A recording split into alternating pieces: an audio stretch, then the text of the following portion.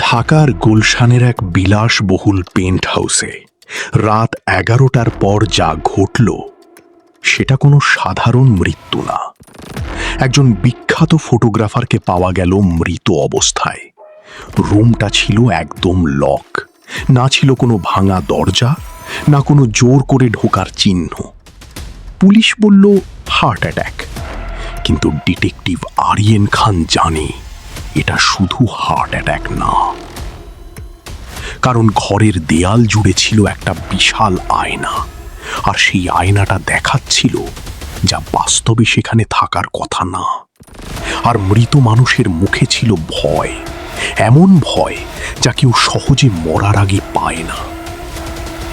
ঘরে ছিল 2 জন সাক্ষী যারা বলছে তারা কিছুই দেখেনি, কিন্তু সত্য লুকিয়ে আছে কোথাও না কোথাও, আর সেই সত্যটা আয়নার ওপারে। একটা খুন, কোনো অস্ত্র নেই, কোনো ফিঙ্গারপ্রিন্ট নেই, শুধু একটা আয়না যেটা সত্য দেখায় না, লুকিয়ে রাখে। ঘটনার শুরু ঢাকার গুলশানের এক বিলাসবহুল পেন্ট হাউস। রাত 11টা। পুলিশ কল পায় একজন বিখ্যাত ফটোগ্রাফার ইশতিয়াক রহমানের মৃত্যু। ডিটেকটিভ আরিয়েন খান ঘটনাস্থলে পৌঁছায়। রুমে ঢুকেই সে থেমে যায়। সম্পূর্ণ গল্পটি না টেনে মনোযোগ দিয়ে শোনার অনুরোধ রইল, এবং আমাদের চ্যানেলটি সাবস্ক্রাইব করে বেল আইকন বাজিয়ে দিন। শুরু করছি KFM বাংলা অডিও স্টোরিজের আজকের গল্প, আয়নাবাজি। অদ্ভুত কিছু দৃশ্য দেখা যায়। লাশটা মেঝেতে পড়ে আছে, মুখে ভয় জমে আছে, কিন্তু শরীরে কোনো আঘাত নেই।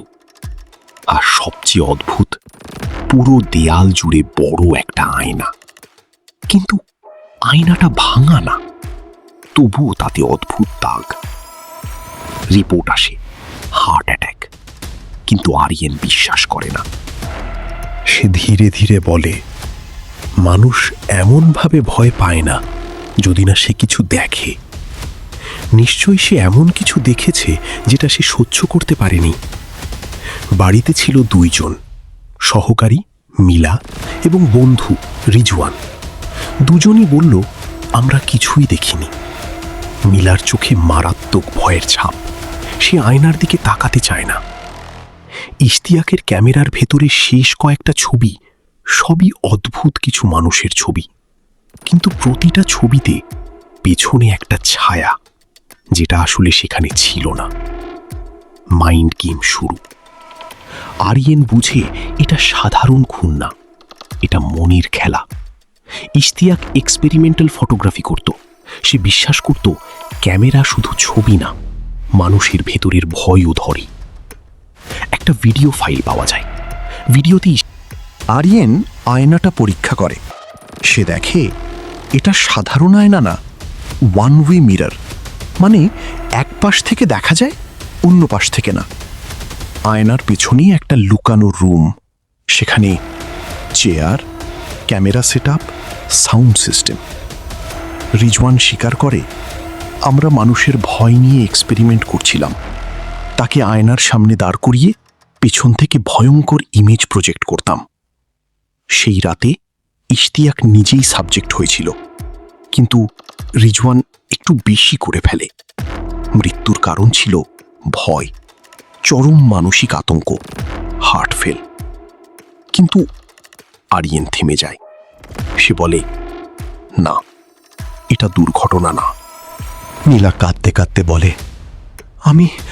আমি সাউন্ড বাড়িয়ে দিয়েছিলাম। আমি চেয়েছিলাম ও ভয় পাক। কারণ ইশতিয়াক তাকে ব্ল্যাকমেল করছিল। দুজনই গ্রেফতার। আয়নাটা ভেঙে ফেলা হয়। আরিয়েন ধীরে বলে, সবচেয়ে ভয়ঙ্কর জিনিস কোনো ভূত না, মানুষের নিজের ভয়। এতক্ষণ মনোযোগ দিয়ে গল্পটি শোনার জন্য অসংখ্য ধন্যবাদ। যদি চ্যানেলটি সাবস্ক্রাইব না করে থাকেন তাহলে এক্ষুনি করে দিন, এবং গল্পটি কেমন লাগলো কমেন্ট করে জানাবেন। পরবর্তীতে কেমন ধরনের গল্প চান জানাবেন। ধন্যবাদ।